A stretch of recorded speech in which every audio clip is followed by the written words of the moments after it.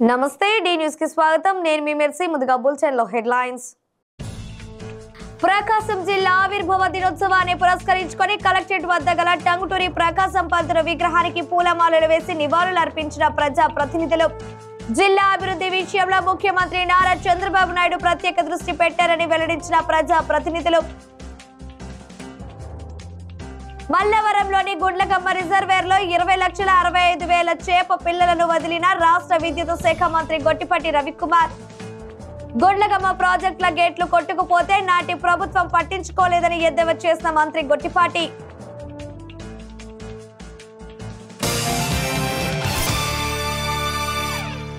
ఇక వివరాలకు వెళితే ప్రకాశం జిల్లా ఆవిర్భావ దినోత్సవాన్ని పురస్కరించుకొని ప్రకాశం భవనంలోని టంగుటూరి ప్రకాశం పంతుల విగ్రహానికి ప్రజా ప్రతినిధులు అధికారులు పూలమాలలు వేసి నివాళులు అర్పించారు. రాష్ట్ర సాంఘిక సంక్షేమ శాఖ మంత్రి డోల శ్రీ బాల వీరాంజనేయ స్వామి, ఒంగోలు శాసనసభ్యులు దామచల జనార్దన్ రావు, సంతృతులపాడు శాసనసభ్యులు BN Vijay Kumar, agricultural corporation chairman Mareddy Srinivasa Reddy ఇతర అధికారులు పూలమాలలు వేసి నివాళులు అర్పించారు. ముందుగా మంత్రి జాతీయ జెండాను ఎగరవేశారు. అనంతరం మంత్రి స్వామి మీడియాతో మాట్లాడారు.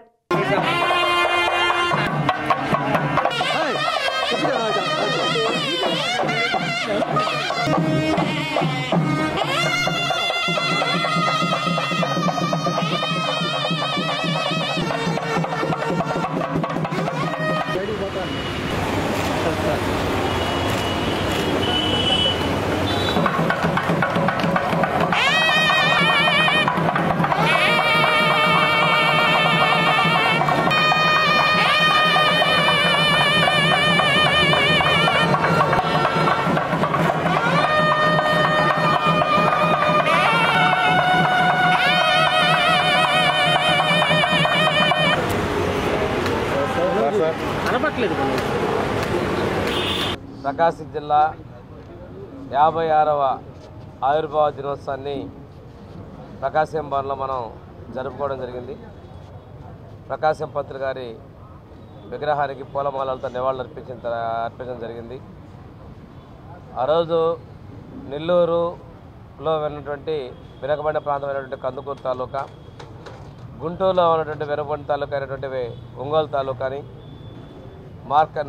కర్నూలులో ఉన్నటువంటి వెనుకబడిన ప్రాంతం మార్కాపురం తాలూకాతోటి ప్రకాశం జిల్లా ఏర్పాటు జరిగింది. తదనంతరం 2000 గత ప్రభుత్వంలో మళ్ళా జిల్లాని పునర్విభజన జరగడం వల్ల అద్దంకి, పర్చూరు, చీరాల నియోజకవర్గాలు బాపట్ల జిల్లాకి, కందుకూరు నెల్లూరు జిల్లాకి పోవడం వల్ల మళ్ళా కూడా మన జిల్లా విస్తీర్ణం తగ్గినప్పటికీ కూడా రాష్ట్రంలో అత్యంత విశాలవంతమైనటువంటి ఎక్కువ విస్తీర్ణం కలిగిన జిల్లాగా కూడా మన ప్రకాశం జిల్లా ఉంది. 56 సంవత్సరాలు అయినప్పుడు కూడా పూర్తిగా వెనుకబాటుతనం కూడా పోలేదు. ఈరోజు మన ప్రభుత్వం ఉన్నటువంటి లక్ష్యాల ప్రకారం పశ్చిమ ప్రాంతంలో ఉన్న వెలుగొండ ప్రాజెక్టు పూర్తి చేయటం, ఉమ్మడి జిల్లాలోని కందుకూరు ప్రాంతంలో ఆ రోజు పేపర్ మిల్ కూడా మన ప్రభుత్వంలో పోర్టు తీసుకున్నట్లయితే ఏషియన్ పల్ప్ పేపర్ మిల్కి పోయినప్పటికీ కూడాను ఇప్పుడు బీపీసీఎల్ రిఫైనరీ కూడా ఏర్పాటు చేయటం, సమీపంలోనే ఉమ్మడి కందుకూరు జిల్లా కూడా, కందుకూరు నియోజకవర్గం కూడా తిరిగి ప్రకాశం జిల్లాకి వచ్చేటువంటి పరిస్థితులు ఉన్నాయి. నాటి ప్రభుత్వ హయాంలో గుండ్లకమ్మ రిజర్వేర్ గేట్లు కొట్టుకుపోతే మేము వాటిని కట్టి 3 టీఎంసీల నీటిని నిలబెట్టగలిగామని రాష్ట్ర విద్యుత్ శాఖ మంత్రి గొట్టిపాటి రవికుమార్ వెల్లడించారు. మద్దిపాడు మండలం మల్లవరంలోని గుండ్లకమ్మ రిజర్వేర్లో సహచర మంత్రి డోల శ్రీ బాల వీరాంజనేయ స్వామి, సంతృతులపాడు శాసనసభ్యులు బిఎన్ విజయ్ కుమార్, జిల్లా కలెక్టర్ తమీం అన్సారియాలతో కలిసి గుండ్లకమ్మ రిజర్వేర్లో 20,65,000 చేప పిల్లలను రవికుమార్ వదిలారు. అనంతరం మంత్రి గొట్టిపాటి మీడియాతో మాట్లాడుతూ గత ప్రభుత్వ హయాంలో గుండ్లకమ్మ రిజర్వేర్ గేట్లు కొట్టుకుపోతే వాటిని బిగించేందుకు తాము చాలా సార్లు పోరాటాలు చేశామన్నారు. 90,000 ఎకరాల సాగు భూమి, కొన్ని వేల మంది చేపలపై ఆధారపడి జీవనం సాగించే ఈ రిజర్వేర్ ను నాటి వైసీపీ ప్రభుత్వం ఆదాయ వనరులుగా మార్చుకుందని మంత్రి గొట్టిపాటి మండిపడ్డారు.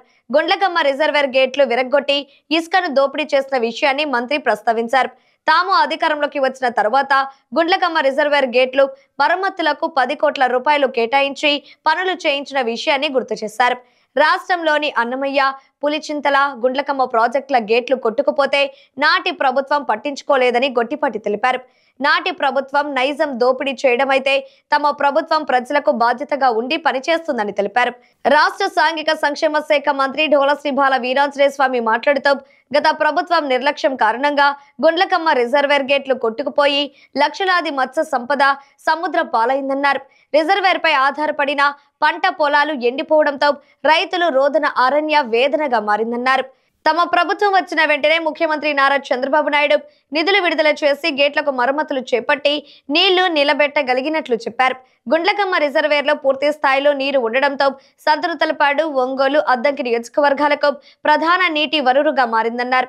గత ప్రభుత్వం కన్నాలు వేసే వారిని అడ్వైజర్లుగా పెట్టుకుంటే తమ ప్రభుత్వం నీటి ప్రాజెక్టుల నిపుణులు కన్నయ్యను అడ్వైజర్ గా పెట్టుకున్న విషయాన్ని మంత్రి స్వామి గుర్తు చేశారు. మీ అందరికీ తెలియదు కాదు, చాలాసార్లు మనం ఇక్కడ ఉన్న వాళ్ళందరూ కూడా వివిధ దఫాలుగా మనం పోరాటం చేశాం. అపోజిషన్ ఉన్నప్పుడు ఈ ప్రాజెక్ట్ గేట్లు బిగించాలి దానికోసం చాలా పెద్ద ఎత్తున పోరాటం చేశాము. అదే కాకుండా ఈ ప్రాజెక్ట్ కింద 90,000 ఎకరాలు రైతులకు సాగు భూమి ఉంది. కొన్ని వేల మంది ఈ చుట్టుపక్కల ప్రాంతాల్లో చేపల మీద ఆధారపడి బతికే వాళ్ళు చాలామంది ఉన్నారు. దీని ద్వారా ఒంగోలు కానీ చుట్టుపక్కల కానీ మంచినీళ్ళకి వెళ్ళేది చాలా ఉంది. ఇది ఇట్లాంటి ప్రాజెక్ట్ని గేట్లు ఎరగొట్టి కోట్లాది రూపాయలు ఇసుక దోపిడీ చేశారు వాళ్ళు. మన ప్రభుత్వం అయితే అధికారంలోకి వచ్చిన వెంబటే దాదాపు 10 కోట్ల రూపాయలు ఖర్చు అవుతుందని చెప్పారు. ఇప్పటికి 7.5 నుంచి 8 కోట్ల రూపాయలు బిల్లులు కూడా చెల్లించడం జరిగింది. 1-2 చిన్న ఉన్నా సరే నేను కూడా ఫాలోఅప్ చేస్తున్నాం. వాళ్ళు తొందరలో బిల్లులు అయిపోతాయి. ఇంకా 1-2 గేట్లోనే పూర్తి స్థాయిలో పెట్టేస్తారు. ఇవి 1-2 నెలల్లోనే మనం దాదాపు ఇప్పుడు 3 TMC నీళ్లు నిలబెట్టాం. ఇంకొకటే చిన్న పని ఏంటంటే దీని కింద ముంపుగా ఆధారపడిన గ్రామాలు ఒక 10-12 ఉన్నాయి. వాటిలో చిన్న సమస్యలు ఉన్నాయండి. ఇళ్ల స్థలాలు రాక చాలామంది చిన్న కుటుంబాలు, ఎస్సీలు, ఎస్టీలు ఇట్లాంటి వాళ్ళు కొంతమంది ఉన్నారు. వాళ్ళకి ఇళ్ల స్థలాలు ఇవ్వాల్సింది ఉంది. దీని తర్వాత దాన్ని కూడా చేపట్టి తొందరలోనే కంప్లీట్ చేస్తాం.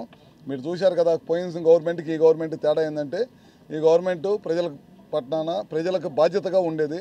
వాళ్ళు ఏమైనా దోపిడీ, ఎక్కడ ఇసుక దొరికింది, ఎక్కడ మట్టి దొరికింది, ఏం దోపిడీ చేద్దాం అనేది చూస్తూ ఉన్నారు. ఇందాక మన మినిస్టర్ గారు చెప్పారు, తుంగభద్ర గేటు నీళ్లు ఉండగా ఇరిగి పడిపోయింది. పక్కన కర్ణాటక ప్రభుత్వం వచ్చి, కర్ణాటక ముఖ్యమంత్రి వచ్చి చేతులు ఎత్తేసి వెళ్ళిపోయారు.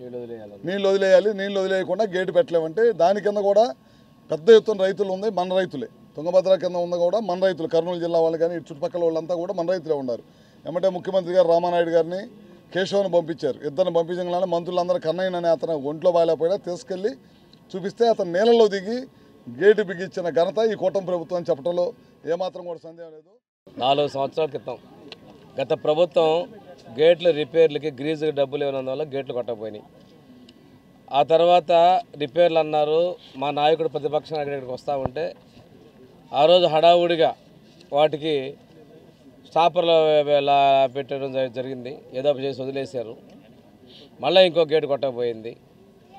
ఈరోజు పరిస్థితుల్లో మా ప్రభుత్వం వచ్చిన తర్వాత ఆ రోజు లాస్ట్ ఏదో మొదలు పెట్టారు కానీ మేము పూర్తి చేస్తామన్నారు, చేయలేదు. మేము కూడా ఈరోజు నీళ్ళని నిలవబెట్టగలిగాం. పనులు వేగవంతంగా జరుగుతూ ఉన్నాయి. ఇంకా మిగిలిపోయిన కొద్ది వరకు కూడా ఈ నెలలోనే పూర్తి అయ్యే పరిస్థితి ఉంది. ఆ రోజు గేట్లు కొట్టకపోయినప్పుడు లక్షలాది మత్స్య సంపద సముద్రం పాలైంది. రైతులు పొలాలు ఎండబెట్టుకునే పరిస్థితి. ఇటువంటి పరిస్థితుల్లో ఆ ప్రభుత్వానికి ఈ రైతుల రోదన వినిపించలేదు, అరణ్య రోదన అయిపోయింది. పోనీ ఆ మత్స్యకారుల మీద ఆధారపడుతున్నటువంటి మత్స్యకారులు వాళ్ళు ఎక్కువ మంది గిరిజనులు ఉన్నారు. వారికి ఏమైనా ఆర్థిక సహాయం చేయండి, కోట్లాది రూపాయలు విలువైన మత్స్య సంపద పోయిందంటే దాన్ని కూడా చాలా చులకనగా చూసి ప్రవర్తించారు వాళ్ళు. ఏది ఏమైనప్పటికీ కూడాను మా ప్రభుత్వంలో, ఎన్డీఏ ప్రభుత్వంలో ఇది పూర్తి చేయడం జరిగింది. చంద్రబాబు నాయుడు గారు కూడా దీనికి సంబంధించి మధ్యలో నిధులు విడుదలలో కూడా లేట్ అయిన సందర్భంలో కూడా చొరవ తీసుకొని ఇచ్చారు. ఈ విషయంలో ముఖ్యంగా మన విద్యుత్ శాఖ మంత్రులు రవి గారు, అదేవిధంగా నేను, మన జిల్లా అధికారులు అందరూ కూడా చొరవ తీసుకున్నారు. రవి గారు అయితే ఒక ప్రత్యేకంగా 1-2 సార్లు కూడా రివ్యూ కూడా దీనిలో తీసుకోవడం జరిగింది. స్వామి గారు, మంత్రివర్యులు రవి గారు, అందరూ మేమందరం, ముఖ్యమంత్రి గారు, ఇప్పుడున్న ముఖ్యమంత్రి అందరం ఇక్కడ వచ్చి అనేక సందర్భంలో ఈ ప్రాబ్లమ్స్ చూసడమే కాక వచ్చిన వెంటనే, ప్రభుత్వం వచ్చిన వెంటనే ఆ రోజు మేము చెప్పిన మాటలు ఈరోజు నిలబెట్టుకున్న విషయం మేము ప్రజలందరూ గుర్తించాలి. ఇది మంచి ప్రభుత్వం, ఇది ప్రజలకి పనిచేసే ప్రభుత్వం అనేది మనం గమనించాలి. ఆ రోజు గుల్లకమ్మ గేట్లు చెడిపోయినా ఈరోజు అతి త్వరగా మేము 6 months అన్నాము, ఒక 1 month పెరిగింది, 1-2 months మేము చేసాము. మంత్రివర్యులు అందరూ కలిసి మన కలెక్టర్ గారు దీని మీద దృష్టి పెట్టి బిల్స్ కూడా తెప్పించి ఈరోజు ఒక 1 monthలో పూర్తిగా ఇది రిపేర్ అయ్యి ప్రజలకు ఉపయోగపడగా గేట్లు ఉంటాయి. అదే కాకుండా మత్స్యకారులకు, బీద వాళ్లకు, ఇక్కడ ఉన్న ఎస్టీలందరికీ ఆ రోజు ఈ చేపలు పోయాయి. ఈరోజు వీళ్ళందరికీ ఒక జీవన ఆధారం కింద ఈరోజు మనం దగ్గర 20 lakhs వర్త్ చేప పిల్లలు వేసాం. ఇవన్నీ మనం గమనించాల్సిన విషయం ఏంటిదంటే ఇది మంచి ప్రభుత్వం, ఇది ప్రజలకు పనిచేసే ప్రభుత్వం. ఇక్కడ ఉన్న ఎమ్మెల్యేలు, మంత్రులందరూ, కలెక్టర్ గారు అందరూ ప్రజల కోసం పనిచేసే ప్రభుత్వం అని సందర్భంగా తెలియజేస్తున్నాం. నేను ఇంకొక మాట కూడా చెప్పదలుచుకున్నాను. సో అందరికీ నమస్కారం. ఈరోజు గుండ్లకమ్మ రిజర్వాయర్లో గౌరవ ఎలక్ట్రిసిటీ మినిస్టర్, అదేవిధంగా సోషల్ వెల్ఫేర్ మినిస్టర్ గారితో పాటు స్థానిక శాసనసభ్యులు విజయ్ కుమార్ గారితో పాటు ఈరోజు స్టాకింగ్ ఆఫ్ ఫిషర్ లింక్స్ అది చేయడం జరిగింది. ఇక్కడ గుండ్లకమ్మ రిజర్వాయర్లో దాన్ని ఆధారపడి 50 విలేజెస్ సంబంధించిన మత్స్యకార కుటుంబాలు ఆధారపడి ఉన్నారు. ప్రకాశం డిస్టిక్లో 2024-25 ఆర్థిక సంవత్సరంలో అరౌండ్ 313 ఫిషర్మ్యాన్కు లైసెన్స్ ఇవ్వడం జరిగింది. సో ఈరోజు ఇక్కడైతే stock links, finger links around 20.65 lakh చేప పిల్లలు ఈరోజు ఇక్కడ వదలడం జరిగింది. దీనివలన గుండ్లకమ్మ రిజర్వాయర్ పైన ఆధారపడి ఉన్న మత్స్యకార కుటుంబాలకు లబ్ధి పొందుతారు. స్వర్ణాంధ్ర 2047లో భాగంగా ముఖ్యమంత్రి నారా చంద్రబాబు నాయుడు చెప్పిన 10 సూత్రాలను జిల్లాలో ఫిక్స్ చేసుకొని ముందుకు వెళుతున్నట్లు రాష్ట్ర సాంఘిక సంక్షేమ శాఖ మంత్రి డోల శ్రీబాల వీరాంజనేయ స్వామి వెల్లడించారు.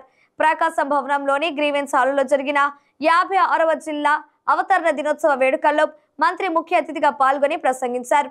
ప్రకాశం జిల్లా ఆవిర్భవించి 56 సంవత్సరాలు అయినప్పటికీ ఆశించిన స్థాయిలో అభివృద్ధి సాధించలేకపోయామన్నారు.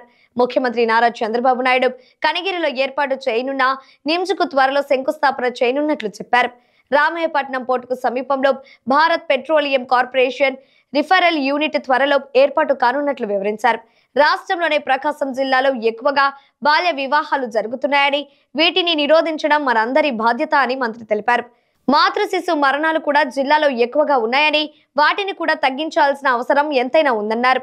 ఒంగోలు శాసనసభ్యులు దామచల జనార్దన్ రావు మాట్లాడుతూ ప్రకాశం జిల్లాలో ప్రపంచ ప్రఖ్యాతి గాంచిన గెలాక్సీ గ్రానైట్ ఉందన్నారు. ఆక్వా, టొబాకో రంగాలు కూడా ఉన్నాయన్నారు. అయితే జిల్లా మాత్రం వెనుకబడి ఉందన్నారు. జిల్లా అభివృద్ధి విషయంలో ముఖ్యమంత్రి నారా చంద్రబాబు నాయుడు ప్రత్యేక దృష్టి పెట్టారన్నారు. వెనుకబడిన జిల్లాల జాబితాలో ప్రకాశంను చేర్చేందుకు రాష్ట్రం నుండి కేంద్రానికి నివేదిక పంపించినట్లు దామచల జనార్దన్ రావు తెలిపారు. సంతనూతలపాడు శాసనసభ్యులు బిఎన్ విజయ్ కుమార్ మాట్లాడుతూ రాష్ట్రంలోనే చూసుకుంటే ప్రకాశం జిల్లాలో ఎస్సీల జనాభా ఎక్కువగా ఉన్నారని తెలిపారు. జిల్లాను అభివృద్ధి చెందేందుకు అనేక వనరులు ఉన్నాయని, భవిష్యత్తులో ఖచ్చితంగా ప్రకాశం జిల్లా అభివృద్ధి చెంది తీరుతుందని తెలిపారు. AP maritime board chairman Damacharla Satya మాట్లాడుతూ జిల్లా వరప్రసాదిని అయిన వెలుగొండ ప్రాజెక్టును పూర్తి చేసుకోవాల్సిన బాధ్యత మనందరిపై ఉందన్నారు. టంగుటూరి ప్రకాశం పంతులు స్వగ్రామమైన వినోదరాయుని పాలెంకు ప్రత్యేకత తీసుకువచ్చేందుకు చొరవ తీసుకోవాలని కోరారు. AP tourism board chairman Ukkasani Balaji మాట్లాడుతూ ప్రకాశం జిల్లా ఏర్పాటుకు కృషి చేసిన వారిని గుర్తు చేశారు. జిల్లా ఆవిర్భవించి ఇన్ని సంవత్సరాలు అయినా ఇంకా మనం వెనుకబడి ఉన్నామని ఆవేదన వ్యక్తం చేశారు. జిల్లా అభివృద్ధికి ప్రతి ఒక్కరూ కృషి చేయాలని కోరారు. ఈ వేడుకల్లో SC corporation chairman Vijay Kumar, AP agricultural corporation chairman Mareddy Srinivas Reddy తదితరులు పాల్గొన్నారు. కార్యక్రమంలో భాగంగా జిల్లాకు చెందిన స్వాతంత్ర్య సమరయోధుల కుటుంబ సభ్యులను సన్మానించారు. జిల్లాకు చెందిన పలు స్వచ్ఛంద సంస్థల నిర్వాహకులను సన్మానించారు. జిల్లా నుండి క్రీడల్లో ప్రతిభ కనబరిచిన విద్యార్థులను సత్కరించారు. అనంతరం విద్యార్థులు ప్రదర్శించిన సాంస్కృతిక కార్యక్రమాలు అలరించాయి.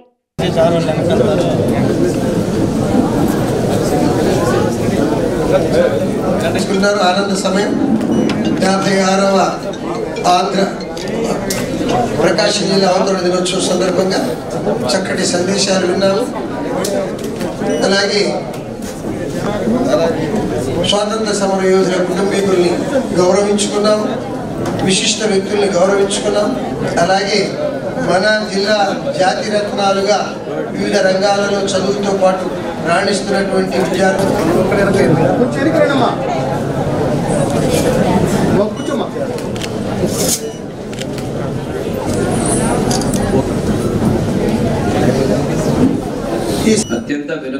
కలిగిన 3 జిల్లాల నుంచి ఏర్పడిన మన ప్రకాశం జిల్లాలో 56 సంవత్సరాల్లో వెనుకబాటుదనం పోవడానికి ప్రభుత్వాలన్నీ చాలా కృషి జరిపాయి. కానీ ఆశించినంత స్థాయిలో మనం కొద్దిగా సాధించుకోలేకపోయాం. ఇప్పుడు పెద్దలందరూ చెప్పారు, కలెక్టర్ గారు కూడా ముఖ్యమంత్రి గారి యొక్క ఆలోచన ఆశయాలు కూడా తెలియజేశారు. ప్రకాశం ప్రాంతానికి సంబంధించి విజన్ డాక్యుమెంట్లో కూడా మన కలెక్టర్ కాన్ఫరెన్స్లో మన ప్రకాశం జిల్లాది కలెక్టర్ గారు ప్రజెంట్ చేసిన ఈ విజన్ డాక్యుమెంట్కి 2వ అవార్డు కూడా రావడం కూడా జరిగింది. అంటే ఆలోచనలో ప్రణాళిక విజన్ 47లో భాగంగా ముఖ్యమంత్రి గారు చెప్పేటువంటి 10 సూత్రాలకి టార్గెట్స్ విషయంలో మనం గోల్ ఫిక్స్ చేసుకొని ముందున్నాం. ఇందాక కలెక్టర్ ప్రసంగంలో చెప్పినట్టు బాల్య వివాహాలు ఇది నిరోధించడం మా అందరి బాధ్యత. రెండోది చిన్న బిడ్డలు తల్లులు మాతృమరణ శిశు మరణాలు అవి కూడా మన జిల్లాలో ఎక్కువగా ఉన్నాయి.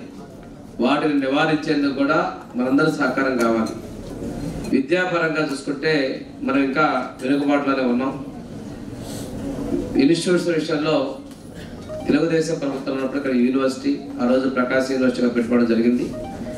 అయినప్పటికీ కూడా పూర్తి స్థాయిలో యూనివర్సిటీ ఎస్టాబ్లిష్ కాలేదు. అది పూర్తి చేసే విధంగా అందరం కూడా సమిష్టిగా కృషి చేస్తున్నాం. అది పూర్తి స్థాయిలో సేవలు అందించే విధంగా మనందరం కూడా చొరవ తీసుకునే విధంగా కలెక్టర్ గారు కూడా దానికి సంబంధించినటువంటి ప్రతిపాదనలు కూడా గవర్నమెంట్కి పంపించాలని కూడా నేను రిక్వెస్ట్ చేస్తున్నాను. రెండోది హార్టికల్చర్ యూనివర్సిటీ మనం తీసుకొని రావడం జరిగింది. అది 2022లో విభజన తర్వాత కందుకూరు డివిజన్ ద్వారా నెల్లూరుకి వెళ్ళింది. సమీపంలో కందుకూరు కూడా మన ప్రకాశం జిల్లాలో కలవబోతా ఉంది. ఆ హార్టికల్చర్ యూనివర్సిటీ కూడా తిరిగి మన ప్రాంతాల్లోనే మనం అభివృద్ధి చేసుకునేటువంటి అవకాశం ఉంది. ఆ రోజు రామాయపట్నం పోర్టు ప్రతిపాదనలు చేసి శంకుస్థాపన గౌరవ ముఖ్యమంత్రిగా చంద్రబాబు నాయుడు గారు శంకుస్థాపన చేశారు.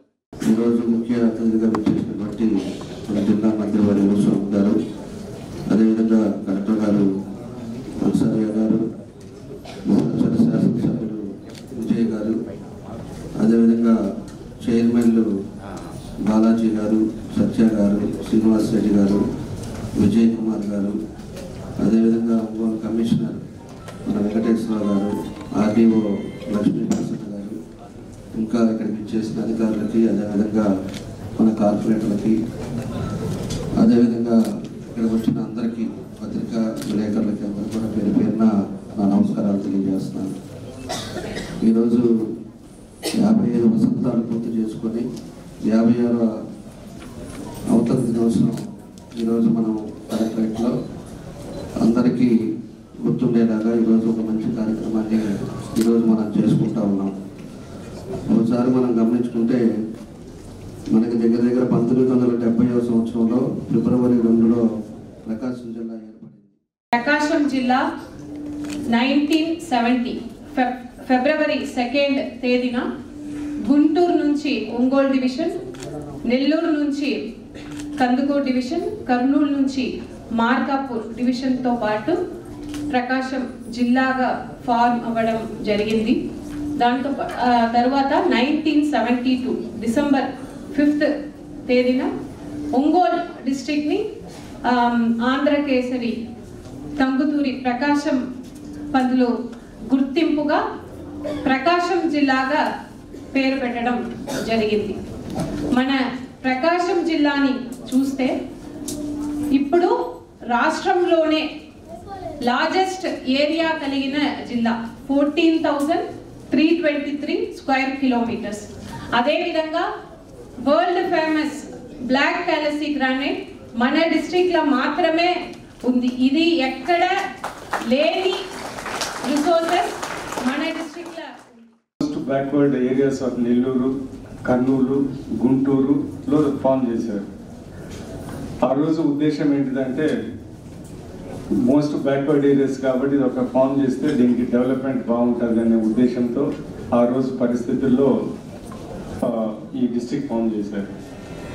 ఆ రోజు పరిస్థితి చూస్తూ ఉంటే ఎక్కువ భాగంగా ఇది యారిడ్ ల్యాండ్స్, ఆ పశ్చిమ ప్రాంతం. అదేవిధంగా అప్పుడు ఇరిగేషన్ కూడా సరిగా లేదు. దాని తర్వాత అన్ని విధాలుగా బ్యాక్వర్డ్ డిస్ట్రిక్ట్. ఇంకొక ఇంపార్టెంట్ ఆస్పెక్ట్ ఏంటిదంటే ఈ జిల్లాలో దగ్గరదాపు మన రాష్ట్రంలోనే ఎక్కువ మంది ఎస్సీ పాపులేషన్ పర్సెంటేజ్ ఉంది, దగ్గరదాపు 20%. So all social indicators, economic indicators ఆ రోజు ఇది బ్యాక్వర్డ్ ఏరియా. అందుకని అది ఫామ్ చేశారు. ఈరోజు మనం ఇన్ని రోజుల తర్వాత ఖచ్చితంగా చాలా వరకు మనం కొద్దిగా ప్రోగ్రెస్ అయిన విషయం మనందరం గుర్తించాలి. ఈరోజు గులకమ్మ డ్యామ్ ఉంది, రామ్ తీర్థం డ్యామ్ ఉంది, వెలికొండ ప్రాజెక్ట్ ఆల్మోస్ట్ ఫైనల్ స్టేజ్కి వచ్చింది. వెలిగొండ ప్రాజెక్టు పూల సుబ్బయ్య పేరు మీద ఉంది. అలా లేదా ప్రకాశం పంతులు గారు ఈ దేశం కోసం స్వాతంత్రం కోసం కృషి చేసినటువంటి వ్యక్తుల్లో ముఖ్యమంత్రిగా అత్యంత నిజాయితీగా చేసి చివరి రోజుల్లో కనీసం తినడానికి కూడా తిండి లేక, రైల్లో ప్రయాణం చేయడానికి కూడా ఛార్జీలు లేక, అలాంటి ధీరోదాత్తులు, నిజాయితీ పరులు, నిష్కల్మష రాజకీయ నేపథ్యం కలిగిన నాయకులు ఉన్నటువంటి జిల్లా కూడా. ఈ సందర్భంగా మంత్రి గారు కూడా చెబుతూ, మంత్రి గారు భవిష్యత్తులో చరిత్రలో తన పేరు గుర్తుపెట్టుకునే విధంగా ఈ జిల్లా అభివృద్ధి కృషి చేయాలని ప్రత్యేకంగా డాక్టర్ డోలా శ్రీ బాల వీరంజన స్వామి గారిని కోరుకుంటున్నాను. ఈ ప్రభుత్వంలో, కూటమి ప్రభుత్వంలో దాన్ని పూర్తి చేసుకోవాల్సిన బాధ్యత మనందరి పైన ఉంది.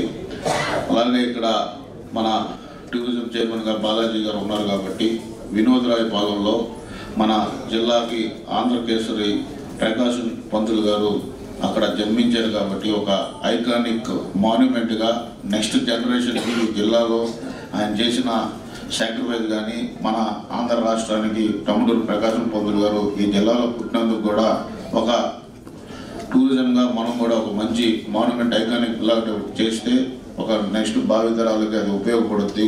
మనం కూడా ఎప్పుడన్నా ఇలాంటి అవతరణ దినోత్సవం కానీ, ప్రకాశం పంతులు గారు చనిపోయిన రోజు కానీ, పుట్టినరోజునప్పుడు కానీ అందరం అక్కడ ట్రీట్మెంట్ చేసుకోవడానికి బాగుంటుంది.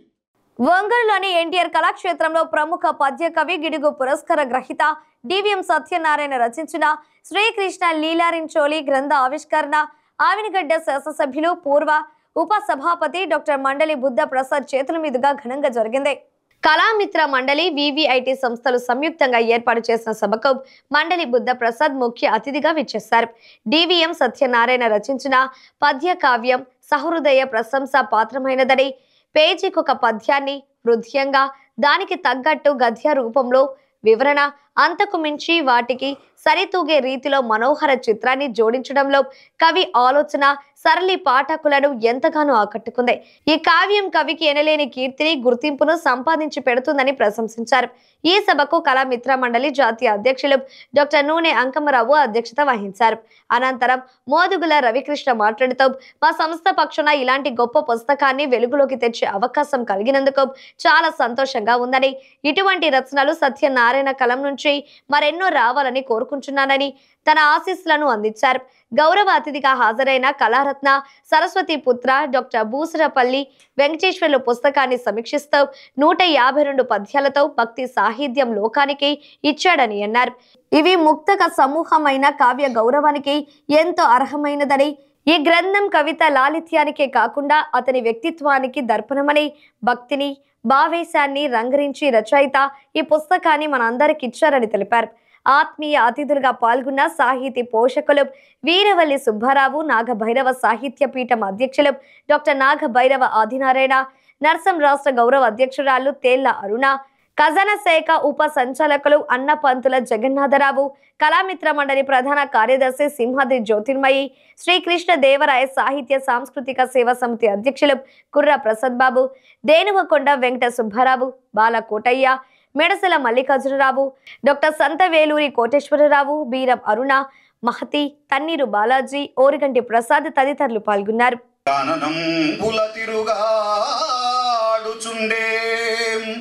భోగిపై పవళించు భువన మోహనమూర్తి బూరుహంబున సేద తీరుచుండే గురుజనాళి హృదయ గుహల నుండి శౌరీ పర్వత గుహలందు పరగుచుండే యజ్ఞ హవిష్యులనందుకునుడు హరి కం కందమూలములతో కడుపుచుండే అఖిల జగతికి ఆరాధ్యుడైన వాడు.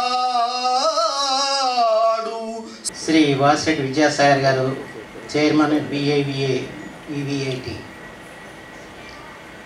చాలా విద్యా సంస్థలు ఉంటాయి, కానీ సాహిత్యానికి పట్టం కట్టే గొప్ప వ్యక్తి మాత్రం విద్యాసాగర్ అంటంలో ఎటువంటి సేఫ్టీ కాదు.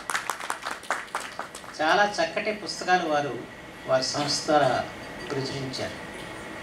దానిలో ఈ పుస్తకం కూడా ఒకటి చేరటం చాలా ఆనందదాయకమైన విషయం.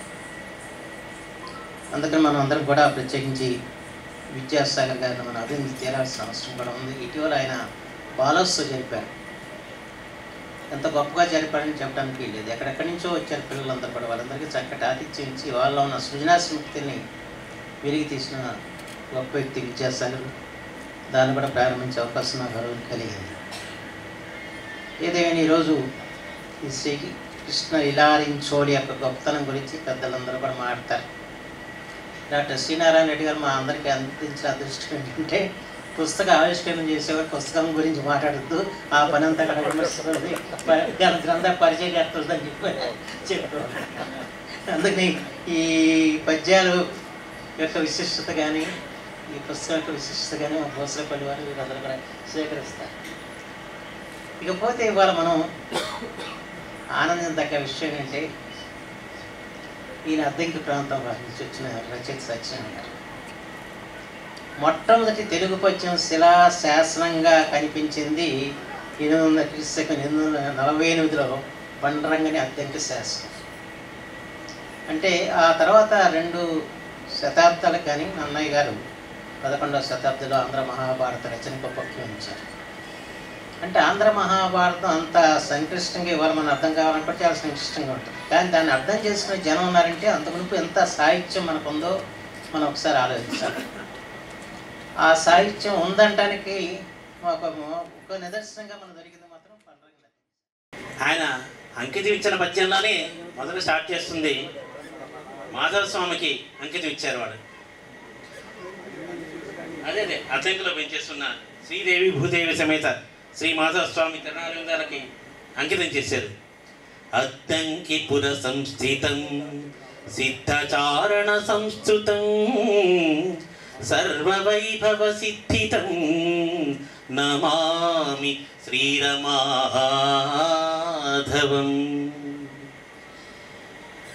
శ్రీరమాధవుండు చిత్తజుజనకుండు గరుడ వాహనుండు ఘనకునుండు పరమ పావనుండు పంకజ నేత్రుండు అభయదాయియగుచు శుభముల సగు. ఫిబ్రవరి 7వ తేదీ హైదరాబాద్ లో జరిగే లక్ష డప్పుల వేల గొంతులు కార్యక్రమం జయప్రదం చేయాలని కోరుతూ ఒంగోలు అంబేద్కర్ భవనంలో పోస్టర్ విడుదల కార్యక్రమం నిర్వహించారు. MRPS జాతీయ అధ్యక్షులు మున్నంగి నాగరాజు మాదిగ పోస్టర్ ఆవిష్కరించారు. వర్గీకరణకు అనుకూలంగా సుప్రీంకోర్టు తీర్పు ఇచ్చిన ABCD వర్గీకరణను అమలు పరచడంలో ప్రభుత్వాలు మేనమేషాలు లెక్కిస్తున్నాయని, దీనికి నిరసనగా హైదరాబాద్ లో 7వ తేదీన లక్ష డప్పులు వేల గొంతులు కార్యక్రమం నిర్వహించి తమ నిరసనను తెలియజేస్తామని ఆయన పేర్కొన్నారు.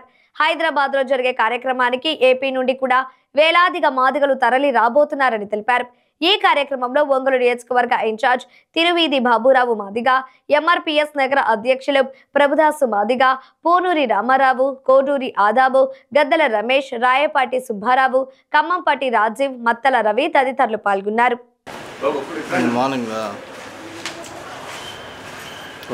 7వ తారీఖున హైదరాబాద్ లో జరిగే వేల గొంతులు లక్షల డప్పుల కార్యక్రమాన్ని విజయవంతం జరిగే వేల గొంతులు లక్షల డప్పుల కార్యక్రమాన్ని విజయవంతం చేయండి. ఫిబ్రవరి 7వ తారీఖున హైదరాబాద్ లో జరిగే జిల్లా మాదిగల ఐక్యత, ప్రకాశం జిల్లా మాదిగల ఐక్యత, మాదిగల ఐక్యత, ఒంగోలు టౌన్ మాదిగల ఐక్యత, ఒంగోలు టౌన్ మాదిగల ఐక్యత, వర్ధిల్లాలి పద్మశ్రీ అవార్డు గ్రహీత మందకృష్ణ మాదిగ నాయకత్వం. ఫిబ్రవరి 7వ తారీఖున జరిగే వేల గొంతులు లక్షల డప్పుల కార్యక్రమాన్ని విజయవంతం చేయండి. ఫిబ్రవరి 7వ తారీఖున జరిగే హైదరాబాద్ లో జరిగే వేల గొంతులు లక్ష డప్పుల కార్యక్రమం విజయవంతం చేయండి. తారీఖున హైదరాబాద్లో జరిగే వేల గొంతులు లక్షల డబ్బుల కార్యక్రమం విజయవంతం చేయండి. ఫిబ్రవరి 7వ తారీఖున హైదరాబాద్లో జరిగే వేల గొంతులు లక్షల డబ్బుల కార్యక్రమం విజయవంతం చేయండి. నాయకత్వం వర్ధిల్లాలి పద్మశ్రీ అవార్డు గ్రహీత గౌరవ శ్రీ మందకృష్ణ మాదిగ నాయకత్వం వర్ధిల్లాలి ప్రకాశం జిల్లా మాదిగల ఐక్యత వర్ధిల్లాలి ప్రకాశం జిల్లా మాదిగల ఐక్యత. ఫిబ్రవరి 7వ తారీఖున వేల గొంతులు లక్షల డప్పుల కార్యక్రమాన్ని ఈ ప్రపంచంలో అతిపెద్ద సాంస్కృతిక ఉద్యమాన్ని నిర్వహించాలనే ఉద్దేశంతో, అలాగే మాదిగ జాతి చిరకాల ఆకాంక్ష ఎస్సీ వర్గీకరణను ఈ ప్రపంచానికి తెలియజేయాలి. అలాగే తెలంగాణ రాష్ట్రంలో ఉండబడినటువంటి కాంగ్రెస్ ముఖ్యమంత్రి రేవంత్ రెడ్డి ప్రభుత్వానికి మాదిగ జాతి ఆకాంక్షను మాదిగ జాతి సింహమైనటువంటి దండోర డప్పు ద్వారా తెలియజేయాలనే ఉద్దేశంతో వేల గొంతులు లక్షల డప్పుల కార్యక్రమాన్ని పద్మశ్రీ అవార్డు గ్రహీత గౌరవ శ్రీ మందకృష్ణ మాదిగ గారు పిలుపునివ్వడం జరిగింది. ప్రధానంగా ఈ ప్రపంచంలో ప్రతి కులానికంటూ వారికి సంబంధించి ఒక ప్రత్యేకమైనటువంటి సాంస్కృతిక వాయిద్యాలు అనేవి ఉన్నాయి. మరి ఈ ప్రపంచంలో కావచ్చు, ఈ దేశంలో కావచ్చు, ఆయా కులాలకు ఉండబడినటువంటి వారి సాంస్కృతిక వాయిద్యాలు అనేవి బహుశా ఈ ప్రపంచంలో కానీ ఈ దేశంలో కానీ వారు ప్రదర్శించినటువంటి సాంస్కృతిక ప్రదర్శనలు అనేవి వందల సంఖ్యలో వేల సంఖ్యలో మాత్రమే ఇప్పటి వరకు జరిగినట్లు మనకు స్పష్టంగా ఆధారాలు కనిపిస్తున్నాయి. కానీ ఈ ప్రపంచంలో మొట్టమొదటగా మాదిగ జాతి ఏదైతే సాంస్కృతిక చిహ్నంగా చెప్పబడుతున్నటువంటి దండోర డప్పు ఉందో, ఈ డప్పు ద్వారా ఫిబ్రవరి 7వ తారీఖున వేల గొంతులు లక్షల డప్పులు కార్యక్రమం అనేది ప్రపంచ రికార్డుగా ఫిబ్రవరి 7వ తారీఖున నమోదు కాబోతుంది.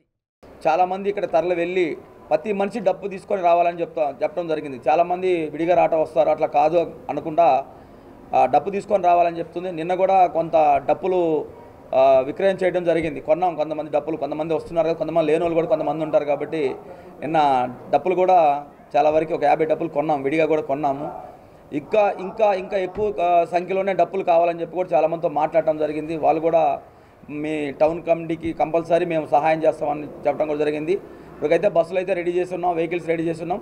ఇక జన సమీకరణ డప్పుల వ్యవహారం అంతా నేను బాబన్న గారు చూస్తూ ఉన్నాం. ఇక్కడ ఏదైతే ఏదైనా చేపట్టిన కార్యక్రమం ఏదైతే ఉందో హెడ్ క్వార్టర్ నుంచి భారీగా డప్పులు తీసుకొని తరలి వెళ్ళి అక్కడ విజయంతో చేయాల్సిందిగా మేమంతా కోరుకుంటున్నాం. అంతా మొబిలైజ్ చేసుకొని ఏదైతే ఉందో ఈ అవకాశం ఇచ్చిన జాతీయ అధ్యక్షులు మున్నంగి నాగరాజు గారికి కృతజ్ఞతలు తెలుపుతున్నాను. 2 రాష్ట్రాలు ఉన్నాయి కదా, ఒక తెలంగాణలో ఎందుకు చేస్తున్నారని ప్రశ్నిస్తున్నారు. తెలంగాణలో ఎందుకు చేస్తున్నామంటే సుప్రీంకోర్టు తీర్పిచ్చిన 1వ తారీఖే ఫస్ట్ రేవంత్ రెడ్డి వర్గీకరణకి అసెంబ్లీలో పెడతానని మాట ఇచ్చినోడు ఫస్ట్ రేవంత్ రెడ్డి ఇచ్చి నోటిఫికేషన్లు పడితే కూడా ఆఫ్ చేపించాడు. ఆఫ్ చేపించి మా సోదరుల దెబ్బకు తట్టుకోలేక చేశాడు. చేసి దాన్ని ఇంకొక రకంగా మలిపి అదిగో ఇదిగని కాలాపన చేస్తుంటే మా నాయకుడు సామాన్య నాయకుడు కాదు, వాళ్ళకి తెలుసు ఆ సంగతి. ఎన్ని రకాల ఉద్యమాలు చేసి ఎన్ని రకాలు చేస్తేనే పద్మశ్రీ అవార్డు వచ్చింది. పద్మశ్రీ అవార్డు రావటం అంటే ఎంతోమంది ట్రై చేశారు, ఎంతో లిస్టులు పెట్టారు. ఆయన 30 సంవత్సరాలు ఆయన రోడ్డు మీద ఎన్ని కష్టాలు పడి ఎంత జనాన్ని సమకూర్చి చేసిన మహానుభావుడు. ఆయన సహించుకోలేకపోయాడు. వేయాల్సిందే 1,00,000 డప్పులు 1000 గొంతులు కార్యక్రమం చేయాల్సిందని ఈరోజు తెలంగాణలో కానీ ఆంధ్రప్రదేశ్లో కానీ మాదిగలు కాకుండా మాకు సంబంధించిన ప్రజా సంఘాలు కానీ అన్ని కుల సంఘాలు కానీ అన్న మాటకి గౌరవించి అందరూ పూర్తిగా మద్దతిస్తున్నారు. ప్రజాయుద్ధ నౌక గద్దర్ పాటకు మరణం లేదని పలువురు అన్నారు. గద్దర్ సాహిత్య సాంస్కృతిక సమాఖ్య ఆధ్వర్యంలో గద్దర్ జయంతి సంస్మరణ నివాళి కార్యక్రమం ఒంగోలు అంబేద్కర్ భవనంలో నిర్వహించారు. ఈ సందర్భంగా ఆయన అభిమానులు మాట్లాడుతూ గద్దర్ పాట ద్వారా సమాజంలోని దోపిడీ దౌర్జన్యాలను ప్రశ్నించారని, తెలంగాణ ఉద్యమానికి గద్దర్ పాట ఊపిరి పోసిందన్నారు. పొడుస్తున్న పొద్దు మీద తిరగబడ్డ గానమా, పోరు తెలంగాణమా, ఊరు మనదిరా, ఈ వాడ మనదిరా అనే సంచలన గీతాలు నేటికి ప్రజల గుండెల్లో నిలిచిపోయాయన్నారు. అటువంటి ప్రజా గాయకుడు గద్దర్ మరణం ప్రజా సాంస్కృతిక రంగానికి తీరని లోటని అన్నారు. ఈ కార్యక్రమంలో గద్దర్ సాహిత్య సాంస్కృతిక సమాఖ్య కన్వీనర్ నూకతోటి శరత్బాబు, యరమాల జనార్దన్, అడ్వకేట్ బాబురావు, వైఎస్ఆర్సీపీ ఒంగోలు నియోజకవర్గ కల్చరల్ కోఆర్డినేటర్ మిట్నసాల శాంతారావు, ఎర్రచర్ల రమేష్, పైనం సురేంద్ర తదితరులు పాల్గొన్నారు.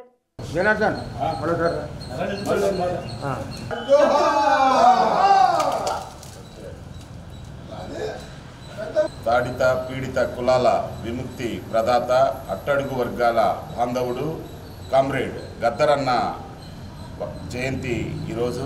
గద్దరన్న పీడిత కులాల కోసం తన జీవితాంతం త్యాగం చేసి ఎందరో అమరవీరులకు, ఎందరో మహానేతలకు అండగా నిలిచినటువంటి గొప్ప వ్యక్తి. గద్దరన్న తన ఉద్యమ కాలంలో ఎన్నో సమస్యల కోసం, దళిత గిరిజన ప్రజల కోసం ఎన్నో ఉద్యమాలు చేశారు. తన ఆట పాట మాట ద్వారా ప్రజల్ని చైతన్యం చేసి తెలంగాణ ఉద్యమంలోనూ అటు ఉమ్మడి రాష్ట్రంలో దళితుల పక్షాన నిలిచి ఎన్నో పోరాటాల్లో తనదైన శైలి ఇచ్చుకున్నారు. ఈ పోరాటంలో గద్దరన్న తన ఆటతోటి పాటతోటి ఎన్నో విషయాలను ప్రజలను చైతన్యం చేశారు. అన్న మరణించినప్పటికీ ప్రజల్లో జీవితాంతం అన్న రుణపడి ఉంటాడు. అదేవిధంగా మావోయిస్టులో తోటి ప్రభుత్వం చర్చలు జరిపినప్పుడు కూడా అన్న చాలా క్రియాశీలకంగా పైన పాత్ర పోషించాడు. భారత సాంస్కృతికోద్యమ రథసారథి, పీడిత ప్రజల పాటై, పీడిత ప్రజల యొక్క సమస్యలకి గొంతుకై ఈ ఆంధ్ర రాష్ట్రంలో తనకంటూ ఒక ప్రత్యేకతని సంతరించుకున్నటువంటి కామ్రేడ్ గద్దర్ గారు మన ముందు లేకపోవటం ఇవాళ పీడిత ప్రజల ఉద్యమాలకి, మొత్తం దళిత ఉద్యమాలకి ఒక తీవ్రమైనటువంటి లోటు.